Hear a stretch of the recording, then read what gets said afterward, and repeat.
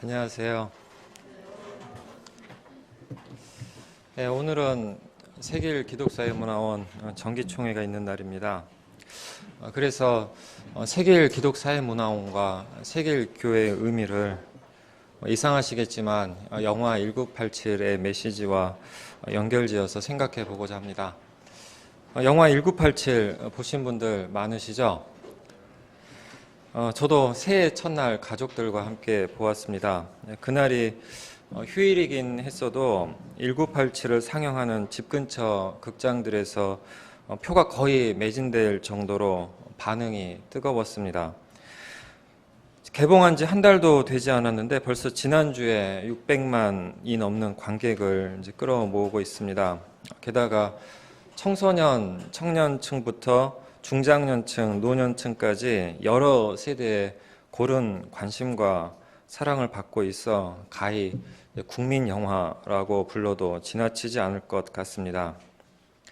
이는 영화 1987이 특정 세대의 자폐적 후일담 영화가 아니라 민주주의의 가치를 지키려는 모든 세대의 보편적 공감을 불러일으키고 있는 영화임을 말해줍니다.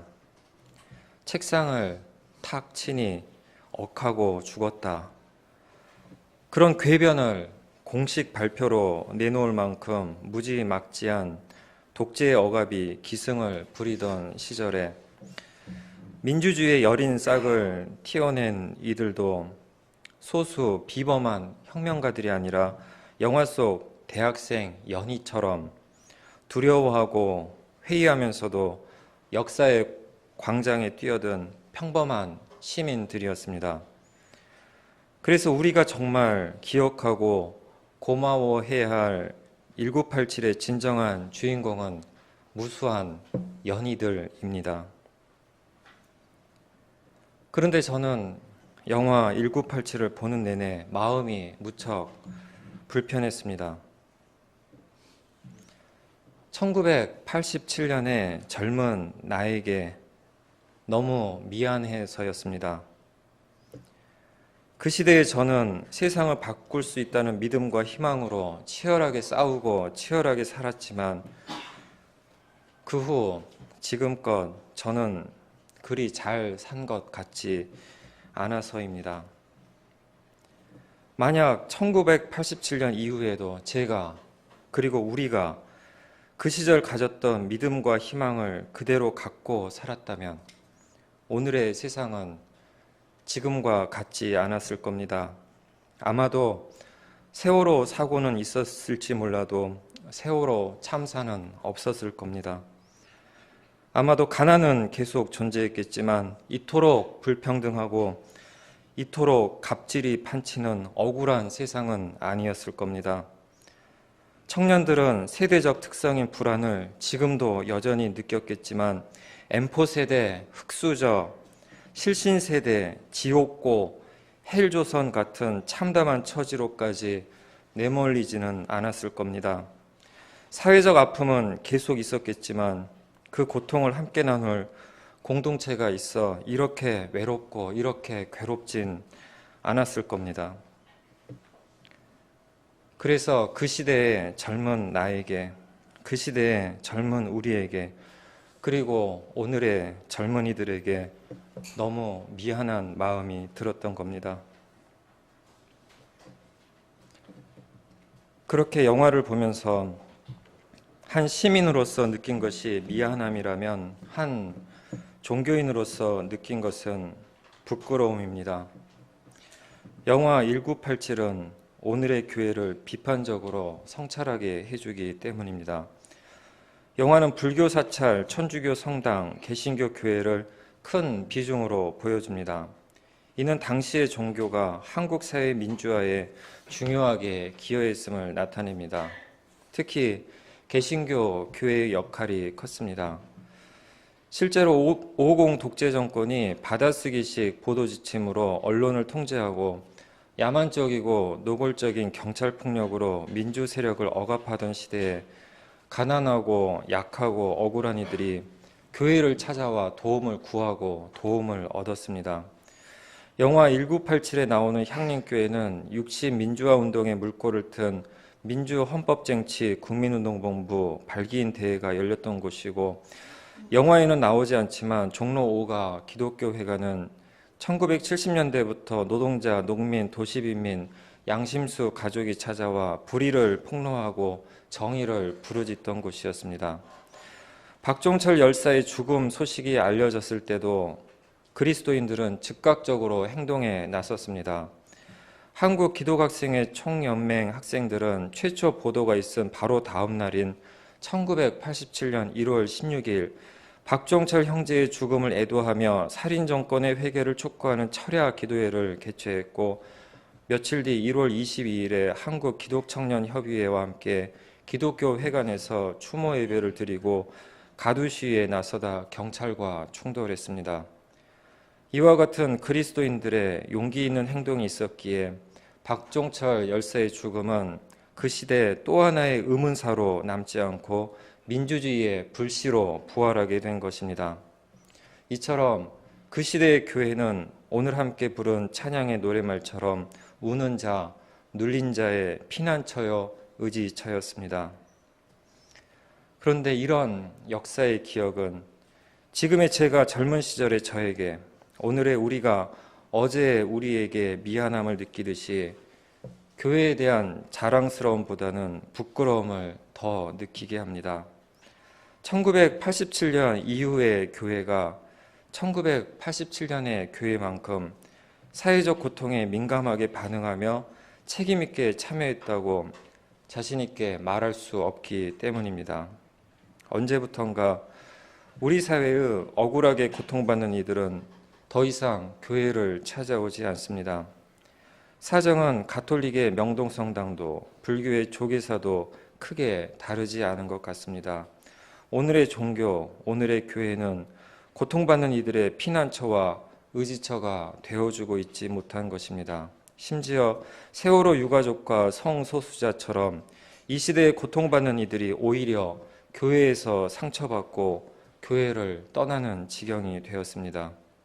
오늘의 교회는 고통받는 이웃을 위로하고 환대하기보다는 오히려 위협하고 적대하고 있는 것입니다. 대신 우리 시대에 고통받는 이들이 찾아가는 곳은 크레인, 굴뚝, 송전탑, 정광탑 같은 고공이나 광화문 광장 같은 거리입니다. 안전하고 안락한 교회 안에서 홀로 누릴 복을 강구하는 그리스도인들의 기도와 교회 밖 위태로운 고공이나 차디찬 거리에서 제발 함께 살자고 외치는 사회적 약자와 소수자와 희생자들의 절박한 호소 중에 하나님은 어느 소리에 더 귀를 기울이실까요? 법을 위반하면서까지 웅장한 교회 건물을 지어 하나님께 영광 돌리겠다는 그리스도인들과 정의를 실천하기 위해 고통받는 이웃과 연대하기 위해 실정법을 어겨야만 하는 이들 중에 하나님은 누구를 더 반기실까요? 오늘 우리가 함께 읽은 잠언 기자는 분명히 답해줍니다. 주께서는 정의와 공평을 지키며 사는 것을 제사를 드리는 일보다 더 반기신다. 하나님은 제사나 예배나 기도 같은 종교적 행위보다 정의와 공평을 위한 사회적 행동을 더 반기시고 더 바라신다는 뜻입니다. 교회를 향한 하나님의 바람은 나긋나긋한 어조가 아닙니다. 예언자 아모스가 전하는 하나님의 말씀은 폭풍처럼 격렬합니다. 나는 너희가 벌이는 절기 행사들이 싫다, 역겹다. 너희가 성회로 모여도 도무지 기쁘지 않다. 너희가 나에게 번제물이나 곡식제물을 바친다 해도 내가 그 제물을 받지 않겠다. 너희가 화목제로 바치는 살진 짐승도 거들떠 보지 않겠다. 시끄러운 너의 노랫소리를 나의 앞에서 집어치워라. 너의 검은고 소리도 나는 듣지 않겠다. 너희는 다만 공의가 물처럼 흐르게 하고 정의가 마르지 않는 강처럼 흐르게 하여라. 하나님의 이 말씀을 오늘의 교회가, 오늘의 우리가 감당할 수 있을까요? 영화의 끄트머리에 1987년 7월 9일 이한열 열사 장례식에서 문익환 목사님이 26명 열사들의 이름을 목 놓아 부르는 것만으로 사람들을 전율시키고 감동시키는 장면이 나옵니다. 문익환 목사님은 장례식 바로 전날 7월 8일에 석방되셨습니다. 그리고 이한열 열사의 장례식에서 조사를 맡아달라는 부탁을 받고 나이 70살 먹은 노인인 당신이 이제 살 만큼 인생을 다 산 몸으로 풀려나와 21살 젊은이의 장례식에서 무슨 말을 할 수 있겠냐며 감옥에서 나온 것이 너무 부끄럽다면서 그렇게 전태일 열사로부터 이한열 열사까지 26명 열사들의 이름만 목이 터지게 부르셨던 겁니다. 아무런 종교적 수사가 없는 문익환 목사님의 절규가 제게는 그 어떤 기도보다도 그 어떤 설교보다도 더 종교적으로 들렸습니다. 정의를 위해 하나뿐인 목숨을 잃거나 바친 열사들의 이름 하나하나를 하나님은 기억하고 계심을 믿었기 때문입니다. 이미 1970년대부터 고통받는 이들 곁에서 늘 함께 울고 함께 아파하셨던 문익환 목사님이셨기에 가능한 공감의 사건이었습니다. 문익환 목사님은 1976년 3.1 민주구국선언 사건으로 처음 투옥되신 이후 돌아가실 때까지 6번, 총 11년 3개월을 감옥에서 보내셨습니다. 한 번은 목사님께서 옥중에서 어머니 김신무 권사님에게 편지를 씁니다. 편지에서 교회가 있어야 할 자리인 예수의 주소는 부유하고 힘 있는 이들이 사는 예루살렘이 아니라 가난하고 힘없는 이들이 사는 갈릴리라고 쓰셨습니다. 교회의 주소는 예수의 주소인 갈릴리여야 한다는 것입니다. 그렇다면 오늘 한국 교회의 주소는 어디일까요? 예루살렘일까요? 갈릴리일까요? 이 물음이 영화 1987을 보면서 한 그리스도인으로서 제가 느낀 부끄러움의 이유였습니다. 1987년의 한국교회는 민주주의를 길러낸 요람이었지만 1987년 이후의 한국교회는 민주주의를 지켜낸 요새가 되지 못했습니다. 오히려 한국교회는 고통받는 이들의 땅인 갈릴리가 아니라 종교 권력과 정치 권력에 소굴인 예루살렘을 욕망하며 예루살렘을 영구 주소지로 삼으려 했던 것은 아닌지 반성하게 됩니다. 예루살렘은 예수의 주소가 아닙니다. 갈릴리 사람 예수는 예루살렘의 파산을 선고하며 저주하셨습니다.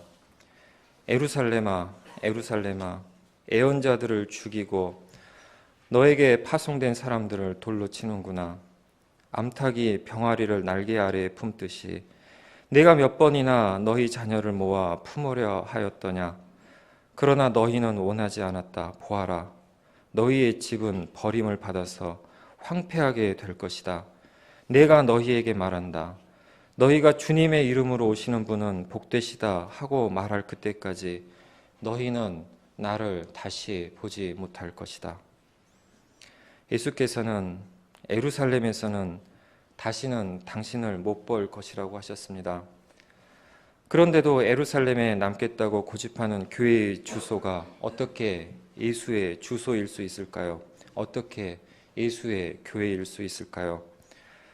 1987년에 애언자적 교회들은 정의와 공평의 길이 되어 주었습니다. 새 길도 그런 길 중 하나로 시작했습니다. 권력의 땅 예루살렘을 떠나 고통의 땅 갈릴리로 가는 길 위에서 새 길이 탄생한 것입니다. 그래서 새 길의 출생지요 본적지는 예수의 주소인 갈릴리입니다. 그래서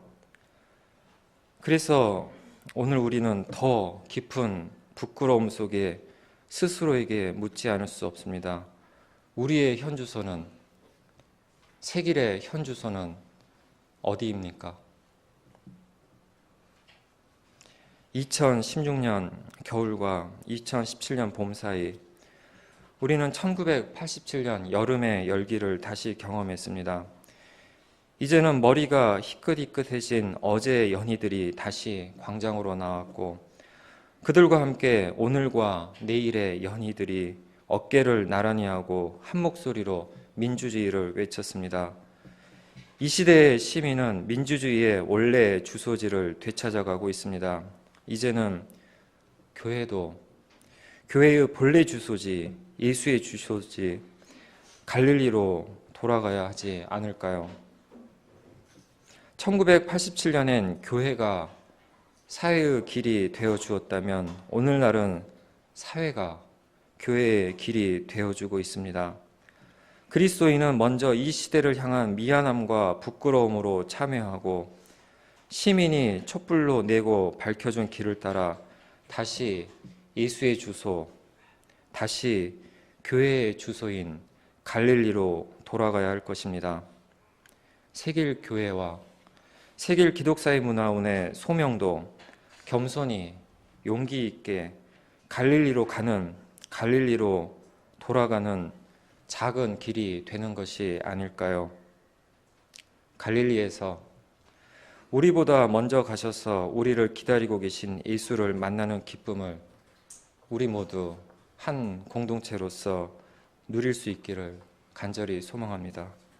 함께 기도하겠습니다.